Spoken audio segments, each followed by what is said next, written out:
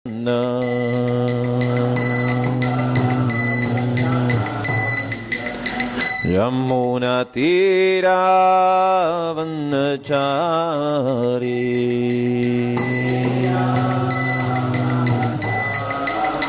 Yamunatiravanachari Jaya Radha Madhava Jaya Kunja Bihari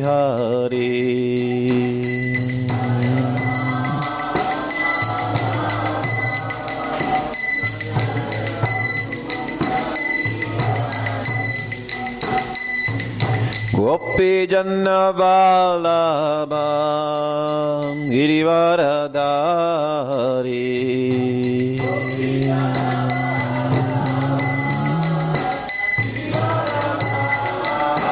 Yashodanandana Vraja Jannaranjana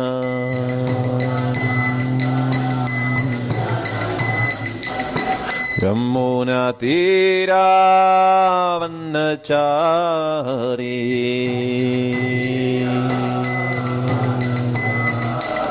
Yamunatiravanachari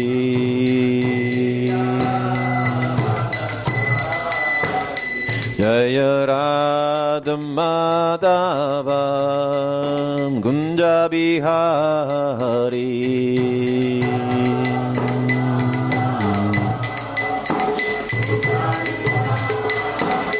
Jai Gopi Janna Vallabha Girivaradari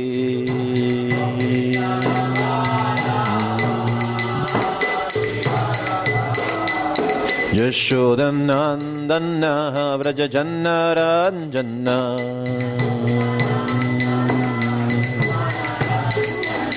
Yamunatiravanachari Yamunatiravanachari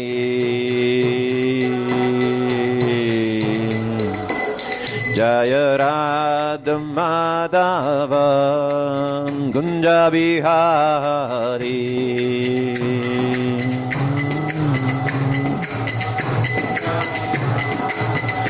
Jaya Radha Madhava Kunja Bihari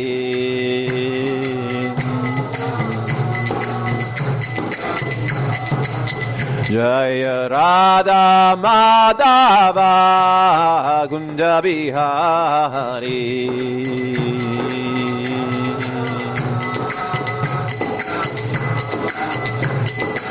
Hare Krishna Krishna Krishna Hare Hare Hare Rama Rama Rama Hare Hare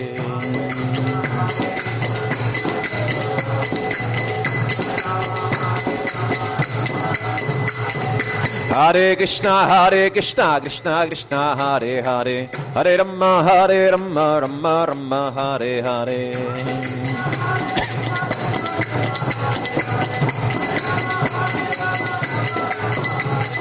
Hare Krishna Krishna Krishna Hare Hare Hare Rama Rama Rama Hare Hare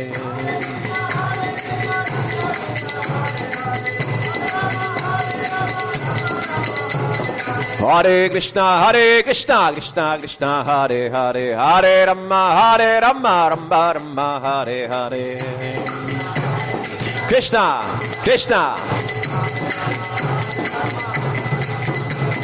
Nitai Gaurango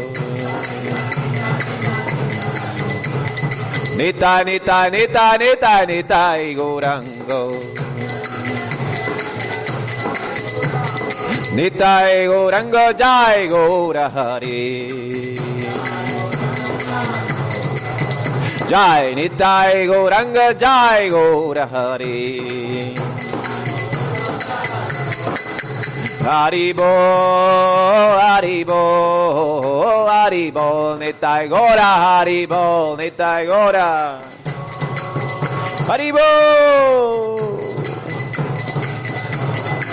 Nitai Gora Haribo, Haribo, Haribo, Nitai Gora Haribo.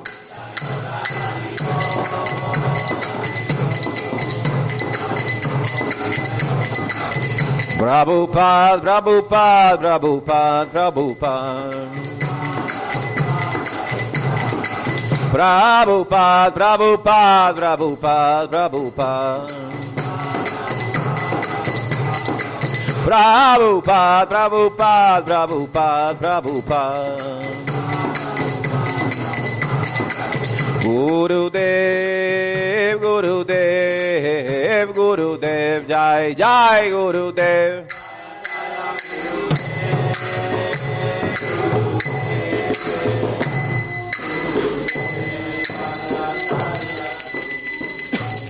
Jai Shri Prabhupada ki Gaura Pramanande Hari Hari Hari Bol Om Vishnupad Paramahamsa Prabhupacharya Se Bhaktivedanta Swami Shri Prabhupada ki Jai Su divina y hermosa gracia Se Bhaktivedanta Swami Shri Prabhupada ki Jai Prem Shri Hoy Shri Krishna Chaitanya Prabhu Nityananda Shri Dvaikdar Shri Gaura Bhaktorinda ki Jai Jai Shri Sarasirmani Gaunita ki Jai Jai Shri Radha Krishna Gopi Gopinath Syama Kun Radha Kun Giri Govardhan ki Jai Jai Shri Radhika Giridhari ki Jai. Todas las glorias sean para devotos reunidos. Todas las glorias sean para devotos reunidos. Todas las glorias sean para devotos reunidos. Todas las glorias sean para ti, Shri Prabhupada ki Jai Gaura Pramanande Hari Bol. Namo Mishnaya Krishna Bhutta Shrimati Hridaya Namaste Guru Sai Krishna Prabhupada Pramdaya Tusta Siddhanta Shri Prabhupada ki Jai Jai.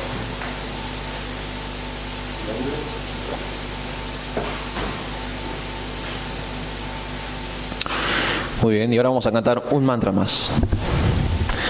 Un mantra para invocar las enseñanzas imperecederas del Bhagavad Gita. Om Namo Bhagavate Vasudevaya.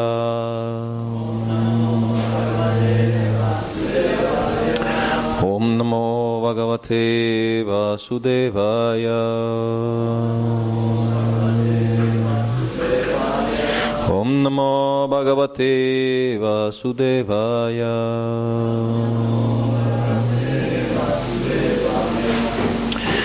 Muy bien, hoy vamos a ver entonces del Bhagavad Gita tal como es, con traducción y comentarios desde el sánscrito de su divina gracia Se Bhaktivedanta Swami Shri Prabhupada ki Jai.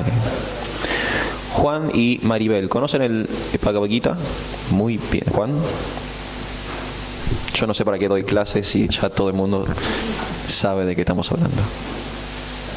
Entonces este Bhagavad Gita es un texto muy interesante del cual hoy vamos a leer un verso. Ese verso corresponde a un fragmento del diálogo entre Krishna y Arjuna, o sea, entre Dios y el ser humano. Y tiene que ver con una temática en particular que estamos desarrollando en las últimas clases. Dicho sea de paso, les cuento que la semana que viene tenemos un recreo de esta seguidilla de clases, porque la semana que viene, en el horario de la fiesta de domingo, vamos a recordar un pasatiempo de Nityananda Prabhu. ¿Sí?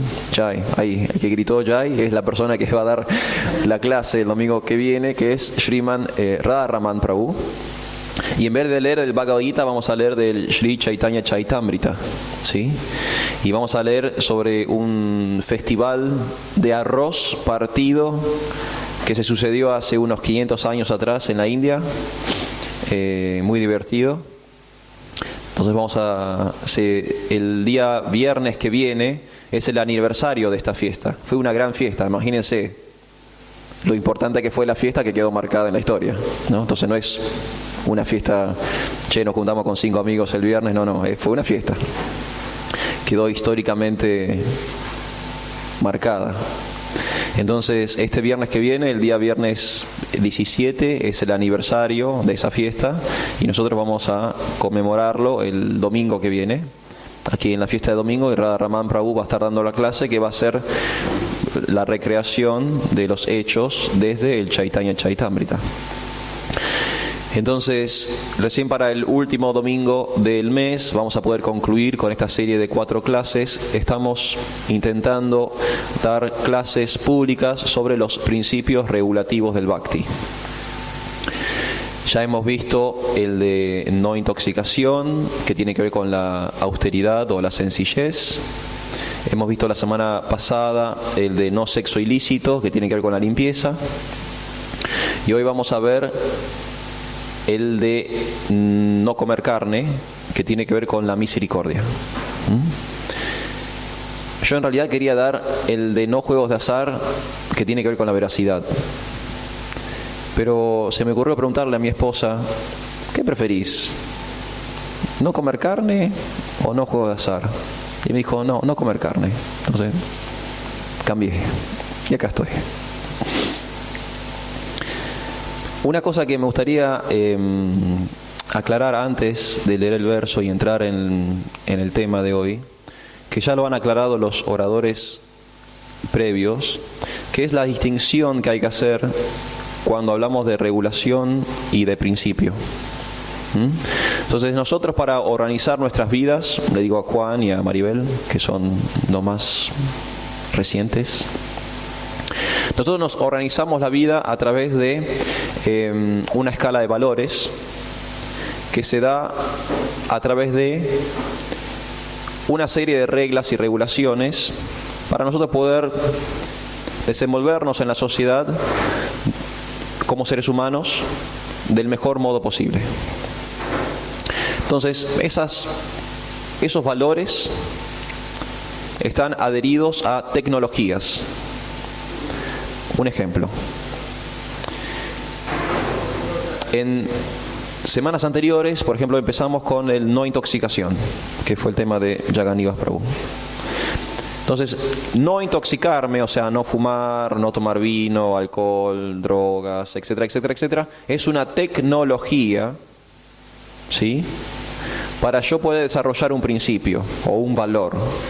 Ese valor, en este caso, es la sencillez, la simpleza o la austeridad. Entonces, para yo ser un actor social positivo, es imprescindible que yo tenga estos valores. Los valores de la sencillez, de la limpieza, de la misericordia y de la veracidad, ¿sí? Es necesario para mi desarrollo personal y por ende es necesario para mis relacionamientos sanos con el resto de la sociedad. Cuando estos valores o principios no se encuentran, no hay posibilidad de civilización. ¿Se entiende? Son 4 pilares básicos de la civilización: ser limpios, ser compasivos, ser misericordiosos y ser simples, austeros o sencillos. ¿Sí? Si no se dan esas 4 características, es muy difícil que haya civilización. ¿Se entiende? Puede haber sociedades tecnológicas no necesariamente civilizadas. Confirmado. Pero tenemos que hacer una distinción entre la técnica y el principio. Porque la técnica no es el principio, ni el principio es la técnica. ¿Se entiende? Vibran en 2 frecuencias distintas, pero una me ayuda a acceder al otro. Entonces, por ejemplo, si yo no... Hoy vamos a hablar de la misericordia, el principio de la misericordia, pero lo vamos a hablar a través de una tecnología que es volvernos vegetarianos. ¿Se entiende? Entonces, para una persona que quiere supongamos una persona X, que quiere comenzar a indagar en la misericordia. Como el tema de la misericordia es muy amplio, y ahora vamos a ver lo amplio que es, como puntapié inicial se le recomienda al practicante arrancar por una técnica muy sencilla, que esto es bien pedagógico. Hola. Carquilla. Supongamos, vamos a ir a otro principio. Hablemos de, por ejemplo, los principios matemáticos. ¿Sí? Todos han sufrido las matemáticas. En el colegio yo lo sufrí claramente. No era mi fuerte bajo ningún punto de vista. Pero los principios matemáticos, para uno introducirse en ese mundo, comienza de un modo muy, muy sencillo. Supongamos en el jardín, La maestra de jardín le hace dibujar al niño 2 palitos, ¿no? Entonces el niño va sumando con palitos en un cuaderno. Es matemáticas, de un modo muy básico. El principio matemático está ahí. Pero para una persona que hace un posgrado de astrofísica, a esa persona ya no se le dibuja 2 palitos en un cuaderno, sino que hacen ecuaciones del tamaño de esa pared, ¿sí? Con números, con letras, con corcheas, con paréntesis, con rayas, con signos ortográficos, o sea, ¿no? Es increíble. Es el mismo principio, en realidad sigue siendo matemáticas, pero para una persona que comienza se le enseña una técnica muy sencilla, 2 palitos, y para una persona más avanzada tiene más herramientas para hacer más compleja su indagación. ¿Se entiende? Entonces, en esta cuestión de los principios, como los principios son tan profundos, de hecho son tan profundos que son espirituales, para una persona que está condicionada por la materia, necesita de una herramienta muy sencilla para comenzar en el camino de acceder a eso que pertenece a otro plano de existencia, ni siquiera es de este plano. Entonces, ustedes van a descubrir que los principios regulativos hay que entenderlos de esa forma, que son reglas que me van a llevar a acceder a otro nivel de existencia. La regla en sí es muy sencilla, pero en la medida que yo profundizo esa tecnología, cada vez más y más y más y más y más cerca estoy de ese valor espiritual eterno, imperecedero. ¿Se entiende eso? Porque a veces, y de hecho fue una de las preguntas que surgió, a veces es difícil ver el link entre el principio y la regulación. Quizás es justo el que me tocó a mí, es más fácil, ¿no? Porque decís, bueno, misericordia, no matar, está como cerca, ¿no? Está cerca. Pero en otros principios por ahí uno no entiende, la regulación y el principio, o sea, parecen estar como muy distantes, pero no están distantes, están bien unidos. Es como los 2 palitos del jardín y la ecuación del astrofísico, ¿se entiende? Parece distante, pero los 2 están haciendo matemáticas, solo que los 2 en el nivel en que pueden acceder en ese momento. Ese niño, a medida que hace todo el jardín, toda la primaria, la secundaria, la universidad, y llega a un posgrado, va a poder hacer esa ecuación, pero necesita arrancar con algo. Eso por un lado. Por otro lado, van a ver que hay diferencias como acá hay electricistas, está Matzia, que es Matzia, nuestro electricista de cabecera. Hay polos, Matzia Prabhu, ¿es cierto que hay polos positivos y negativos? Me lo confirma un experto, muy bien. También es así con los principios regulativos. Van a ver que la regulación es lo negativo y el principio es lo positivo, porque las regulaciones siempre son no esto, no lo otro, ¿no? Esto siempre es negativa la regulación. Pero el principio es positivo, porque es no una cosa para sí otra cosa. ¿Sí? Y eso es clave. Todas las regulaciones son negativas, todos los principios son positivos. Las regulaciones son materiales, los principios son espirituales. Y esto se da en otras tradiciones también, no solamente en nuestra tradición védica, sino, por ejemplo, fíjense en los 10 mandamientos. Los 10 mandamientos cumplen esta regla pedagógica de enseñar con el ejemplo negativo. No matarás, no robarás, no darás falso testimonio, no desearás la mujer de tu prójimo. No, siempre es un no. Y eso es algo que los padres hacemos todo el tiempo. Aquellos que son padres, confirmado. Aquellos que son padres enseñan casi todo el tiempo por el ejemplo negativo. Por ejemplo, si yo tengo un bebé ahora, ¿no? Tengo una nena de 2 años. Si mi bebé se acerca al fuego corriendo, supongamos, o se acerca a un precipicio o algo que claramente la va a dañar, yo no le enseño con el ejemplo positivo.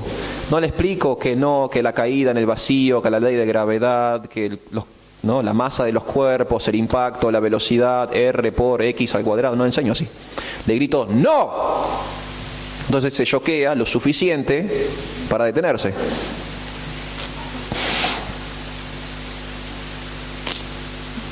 Entonces le estoy enseñando por el ejemplo negativo. Pero ¿con qué? ¿Cuál es la finalidad? Con un principio positivo. que no se caiga al vacío, que no se queme, ¿se entiende? Ella va a entender, en el mejor de los casos, tácitamente entiende que a lo que yo le estoy prohibiendo hay una contraparte positiva. No puedo tocar el fuego, pero al mismo tiempo yo no le prohíbo tocar la pared, la silla, ¿se entiende? Entonces ella se va dando cuenta, ok, ¿qué puedo tocar, qué no puedo tocar? ¿Se entiende? Entonces una regulación negativa muy sencilla, un grito mío, supongamos. Pero le abre un abanico muy amplio, tácito, que si ella es lo suficientemente inteligente, ella entiende, ok, papá dice que a esto no, ergo, todo lo demás sí.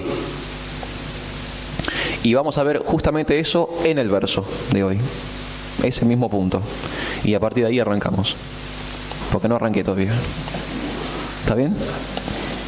Yo soy un devoto de largas introducciones. Muy bien, entonces ahora sí vamos a leer el Bhagavad Gita, vamos a leer del capítulo número 2 del Bhagavad Gita. Entonces esta es una instrucción que llega tempranamente. ¿Vieron lo que hice, lo que acabo de hacer? Acabo de prolongar la introducción y nadie se dio cuenta. Este es un verso que marca una instrucción muy temprano en el diálogo. El diálogo son 700 versos. Entonces hay muchas instrucciones, hay muchas instancias del diálogo. Pero esto viene en el segundo capítulo, de los 18 que hay. Entonces esta es una de las primeras instrucciones que hay en el Bhagavad Gita. Y es una instrucción muy interesante y ahora vamos a ahondar en ella. Viene de este segundo capítulo que se intitula El resumen del contenido del Gita.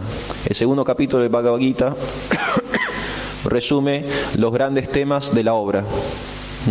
Hay 5 temas principales, hay muchos temas secundarios, pero en este segundo capítulo se habla básicamente de los temas principales que después se van a ir desarrollando, que también es una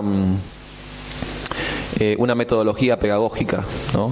De al principio de la clase decir de qué vamos a hablar, ese sería el resumen, y después se desarrolla. Bueno, Krishna hace eso con Arjuna en el Bhagavad Gita. Le dice, durante los próximos 40 minutos vamos a hablar de esto, esto y esto y esto. Entonces Arjuna dice, ok, qué interesante, me quedo, ¿no? Y ahí se desarrolla el diálogo. Entonces vamos a leer desde el capítulo número 2, intitulado El resumen del contenido del Gita, el texto número 64. Yo voy a leer el sánscrito. Yo después voy a leer palabra por palabra para que ustedes puedan repetir las palabras del verso. Luego voy a leer la traducción. Luego voy a leer un comentario a esa traducción. Y luego me voy a explayar así. Y voy a vomitar todo mi falso ego. Bien, capítulo número 2, texto número 64. Raga dvesha vimuktaistu Vishabhyan indrayas charan Atma vasyai vihe atma Prasadam adigachati. Por favor, yo voy a leer palabra por palabra y ustedes si pueden repetir. Raga, apego. Dvesha, desapego. Vimuktai, por aquel que ha quedado libre. Tú, pero. Vishayan, objetos de los sentidos. Indriyai, mediante los sentidos. Charan, actuando en base a. Atma vashai, bajo el control de uno. Videyatma, aquel que hace uso de la libertad regulada. Prasadam, la misericordia del Señor. Adigachati, logra. Voy a leer la traducción entonces. Pero una persona que está libre de todo apego y aversión, que es capaz de controlar los sentidos por medio de principios que regulan la libertad, puede conseguir toda la misericordia del Señor.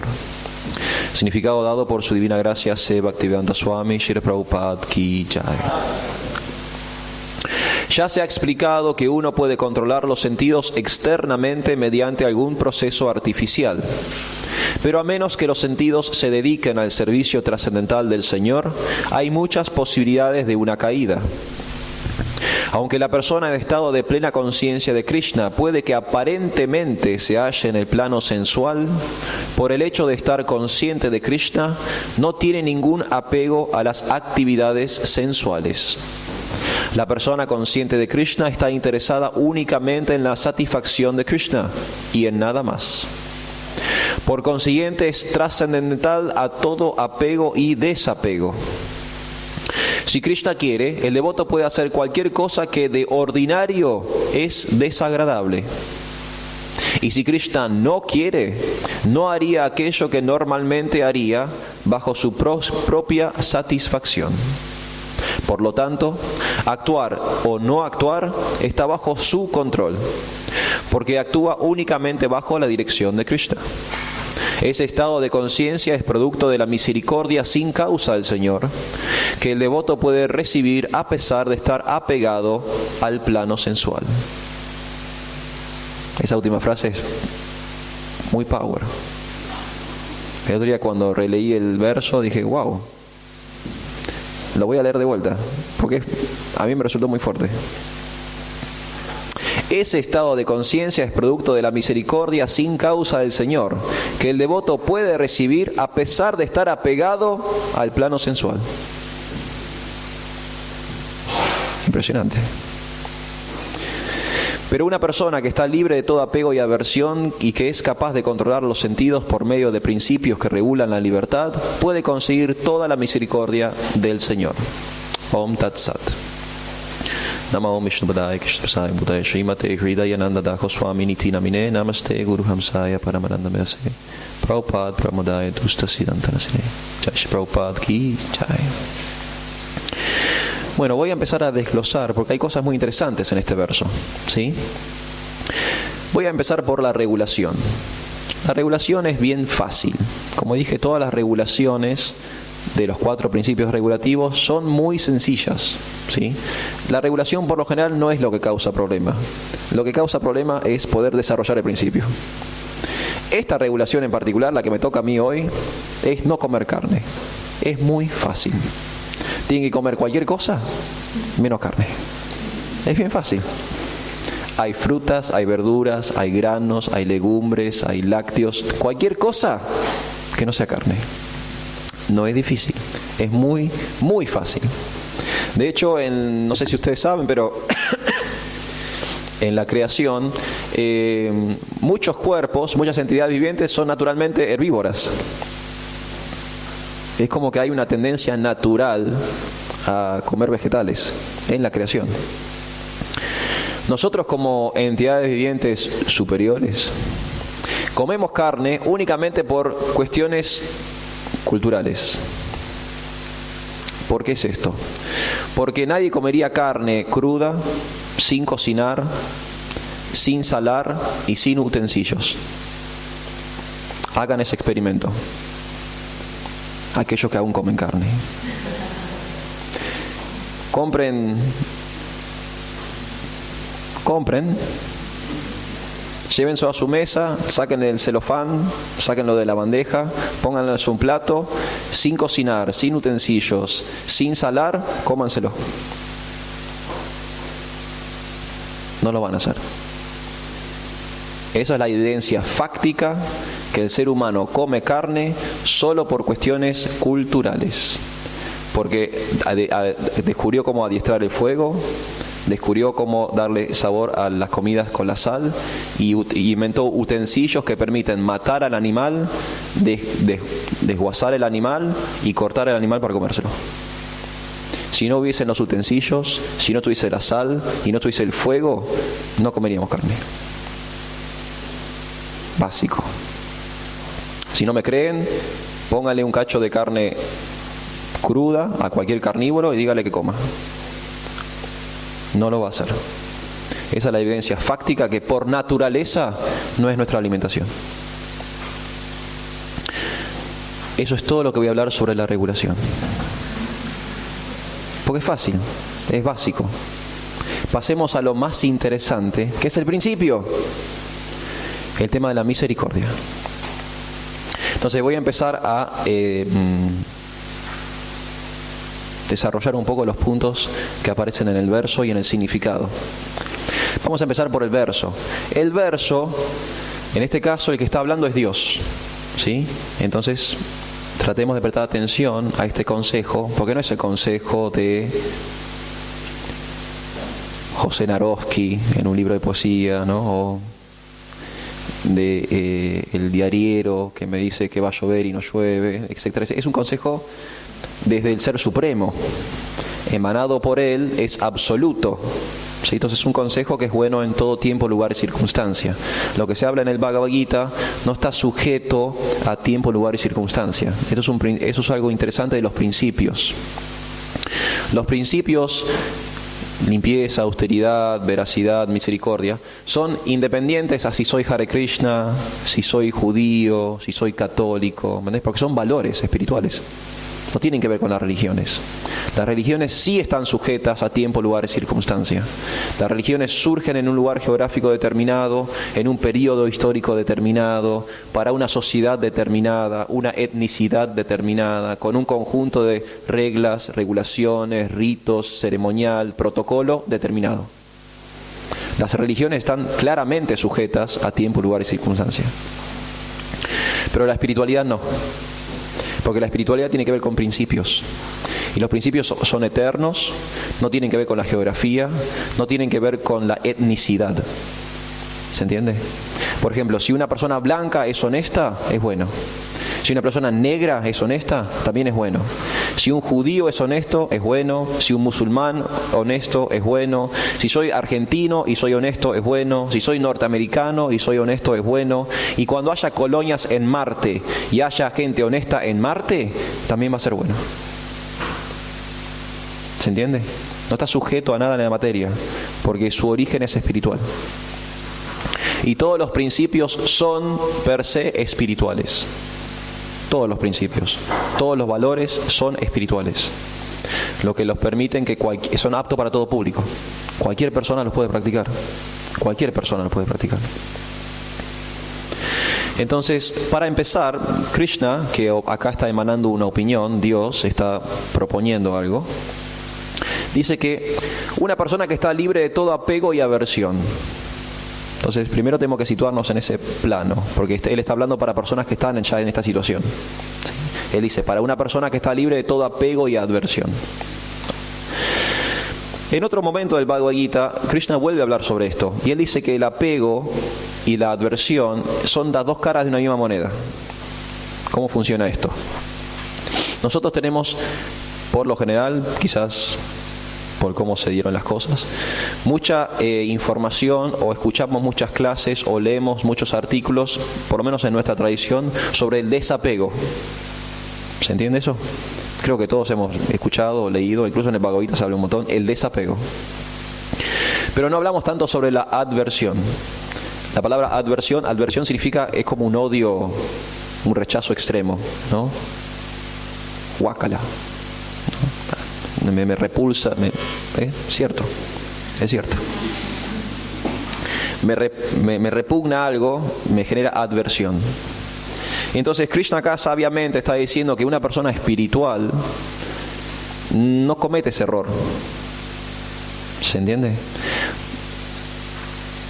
Si yo me desapego de algo, pero ese desapego me genera un odio, entonces no es espiritual. Mi desapego es artificial, es mecánico, es falso, ¿sí? Por ejemplo, la semana pasada vimos el no sexo ilícito, ¿no? Entonces, un ejemplo práctico. Si yo quiero mantener mi celibato, y para mantener mi celibato, entra despacio. Para mantener mi celibato, yo empiezo supongamos que yo en mi caso particular soy heterosexual. Si yo para mantener mi celibato de heterosexual empiezo a odiar a las mujeres, es un problema, es un error. ¿Se entiende? No estoy atinando en el principio. Porque el género femenino no tiene la culpa de que si yo quiero ser célibe o no quiero ser célibe. ¿Se entiende? Entonces, mi celibato tiene que estar cimentado en un principio espiritual, no en una adversión o un odio material. ¿Se entiende? Porque si no voy a estar mecánicamente célibe, pero espiritualmente pobre, porque no voy a estar alcanzando el principio. ¿Se entiende este punto? Entonces, para Krishna, apego y adversión son problemas.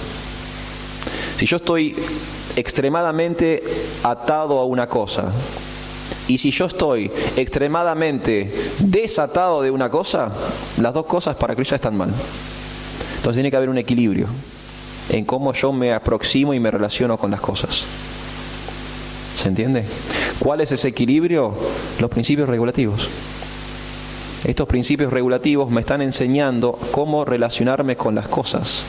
Me lo enseñan mecánicamente con la regulación y me lo enseñan espiritualmente con el principio. ¿Se entiende este punto? Entonces hay que tener cuidado de que si nos estamos desapegando de las cosas, no generar odio hacia las cosas. Simplemente me estoy desapegando. Y lo hago para yo empezar a desarrollar principios dentro mío, no para generar odio, frustración, ira, violencia. Eso es como si no como una olla a presión. ¿Vieron las ollas a presión? Cada tanto hay que destaparlas, pues revientan, explotan. ¿O no? Entonces, si yo reprimo, porque ese sería el mecanismo artificial. Cuando yo no estoy correctamente ejecutando la regulación, por lo tanto, no estoy en contacto con el principio, lo único que estoy haciendo en realidad es reprimir. Y sabemos, Madre Clarisa ahora se retiró, pero tenemos una psicóloga en la congregación, y sabemos que la represión hace mucho daño psicológico.